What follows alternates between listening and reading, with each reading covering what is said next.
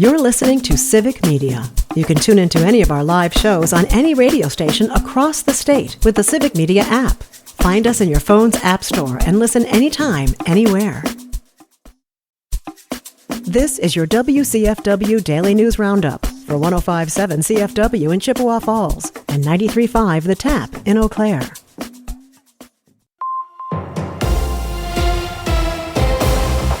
For WCFW News, I'm James Kelly. The long-awaited downtown transfer center in Eau Claire officially opened this week. The first bus departed the new transit hub early Monday morning after years of construction delays and lane closures in the area. Many of the delays were caused by the COVID-19 pandemic and increased construction costs, pushing the opening date of the facility back by around 2 years. Construction work on the housing units above the facility will also continue throughout the fall, meaning the long-running single-lane closure on Farwell Street will remain in place. The City of River Falls has approved the bid and contract for a massive renovation project at the downtown fire station. The River Falls City Council approved an over $10.5 million contract for BCI Construction to complete the renovation work. Exact plans for the new facility have not yet been finalized, but the contract includes 3 alternative plans for an additional apparatus bay, a roof replacement, or fitness room. City officials say their goal is to upgrade training facilities and improve firefighter safety with the renovated fire station. A pair of Democratic state lawmakers have introduced legislation to guarantee residents the right to access contraceptives. State Senator Dianne Hesselbein and State Representative Lisa Subeck introduced the Right to Contraception Act on Friday. The proposed bill would prohibit state or local government entities from implementing any laws that would make it more difficult for residents to obtain contraceptives or information. The state legislation is similar to federal legislation on contraception access that was introduced earlier this year. A group of Republican state lawmakers have introduced legislation to legalize the use of medical marijuana. The proposed legislation would create a new state program allowing growers, processors, labs, and dispensaries to obtain a license to legally produce and sell medical marijuana. The bill would also establish safeguards to ensure only people who have a medical need for it can gain access to it. The lawmakers say people with chronic illness should not need to cross state lines to try alternative medicines. Medical marijuana is legal at some level in most other states. The University of Wisconsin Stout has officially started a massive renovation project for Heritage Hall. University officials gathered for a groundbreaking ceremony on the over $144 million renovation project earlier this month and say work on the project is currently scheduled to wrap up in the fall of 2028. When completed, the renovated building will be able to serve about twice as many students with a more flexible space. Officials also say the building will feature solar panels and significantly improved accessibility when completed. The Wisconsin Department of Transportation has announced the start of construction on an improvement project along the I-94 bridge over the St. Croix River. The crucial transportation corridor connects Hudson, Wisconsin and Lakeland, Minnesota, and the improvement project will include bridge joint replacements, pavement replacements, and work on a retaining wall. The highway will remain open to traffic with some lane, shoulder, and temporary ramp closures. Construction work is currently scheduled to wrap up in mid-October before restarting in April. The Rice Lake Plan Commission has approved early plans for a new fitness center on South Wisconsin Avenue. At their meeting on Thursday, the commission approved the building site and operational plan for the proposed Olympic fitness facility with a 4-2 vote. While this portion of the plan was approved, commission members expressed concerns over parking needs and emergency vehicle access that will need to be addressed before the project can move forward. Olympic fitness officials say their current Hammond Avenue facility has no space for expansion.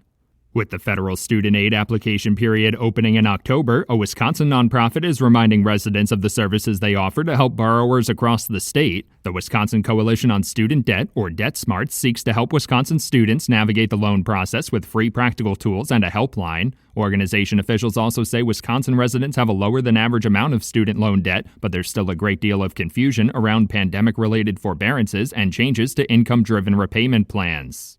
New changes have officially gone into effect for Wisconsin's Supplemental Nutrition Program for women, infants, and children. According to the Wisconsin Department of Health Services, the changes implemented to the WIC program on Monday will offer recipients expanded food choices, more options for special diets, and additional support for healthy eating habits. Among the changes are an extra $3 for fruits and vegetables, more options for infant foods, and more whole grain options for women who are pregnant, breastfeeding, or postpartum.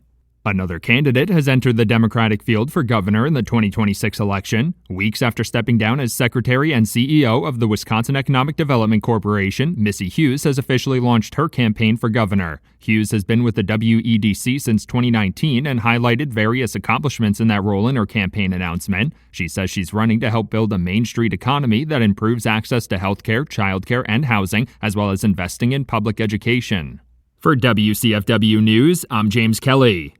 The Bucks without Giannis. Hi, I'm Mike Clemens with Sports NBA. The Bucks held their media day to kick off their season, but Giannis Antetokounmpo not there. He's in quarantine in Greece after testing positive for COVID. On a Zoom call, Giannis asked how he feels about missing the start of training camp. Definitely disappointed, bummed out that I'm not able to be there with the team, and just like, as a leader, I don't feel good. I don't feel good about this, but at the end of the day, this is life. But at the end of the day, I think they will understand. If I'm not there today to see them, I'll be there in a few days, and we get the ball rolling. College football, the Wisconsin Badgers have a rough schedule ahead with games against Iowa, Ohio State, and this Saturday they travel to Michigan. Our ability to maintain and sustain some consistency as we continue to push and grow is going to be every bit as important as anything else. That's the Badgers head coach Luke Fickell. With sports, I'm Mike Clemens.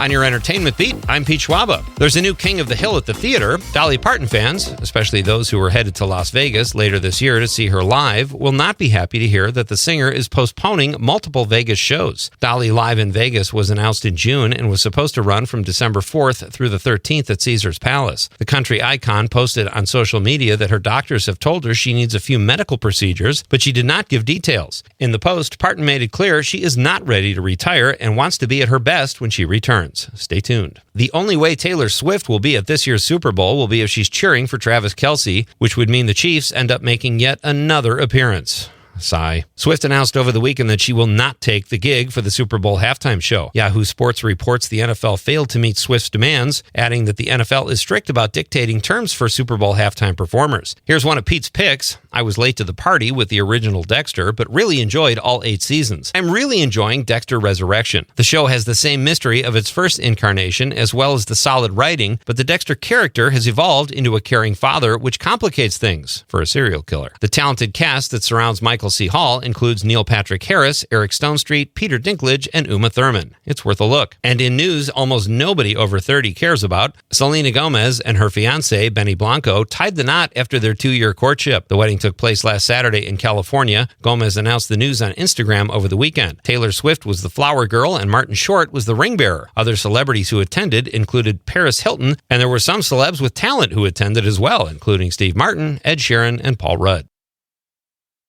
There's a new King of the Hill at the theater. A big-time director, an all-star cast, and excellent reviews could not keep one battle after another from the top spot at last week's box office. The Paul Thomas Anderson-directed film that stars Leo DiCaprio, Sean Penn, Regina King, and Benicio del Toro opened at the top with $22 million and $48.5 million worldwide. It also set a record as the highest-grossing open of Paul Thomas Anderson's career. Last week's number 1, Demon Slayer: Infinity Castle, dropped to number 3 this past weekend with a haul of $7.1 million at the gate. Coming in at number 2 was G-rated Gabby's Dollhouse, the movie, which brought in $13.7 million. The Conjuring Last Rites came in 4th place with just under $7 million this week. It's 5th in theaters. And finishing at number 5 was another new release, horror flick The Strangers Chapter 2, which finished at just under $6 million. Lots of good variety at the box office and more to come. For more showbiz fun, tune in to Nightlight with me, Pete Schwaba, weeknights from 6 to 8 p.m. on the Civic Media Radio Network. It is going to be mostly cloudy today with a high right around 81 this afternoon. Tonight, mostly cloudy. Will drop to 60 for an overnight low. Tomorrow, another warm day, partly cloudy with a high in the upper 70s. I'm meteorologist Sean Cable.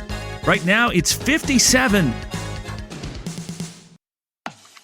That's your WCFW and the TAP Daily News Roundup from Civic Media. Subscribe to this podcast on Spotify, Apple, or wherever you find your podcasts. Find more news at WCFW.FM or thetap.fm. The national news cycle never stops, but it can be hard to find news about your local community. Civic Media is dedicated to providing quality local and state news coverage across Wisconsin. With the Civic Media app, you can get notifications about local stories that matter to you and your community. Find the free Civic Media app in your phone's app store and choose notifications from the menu to tell us what kind of news you want to hear about.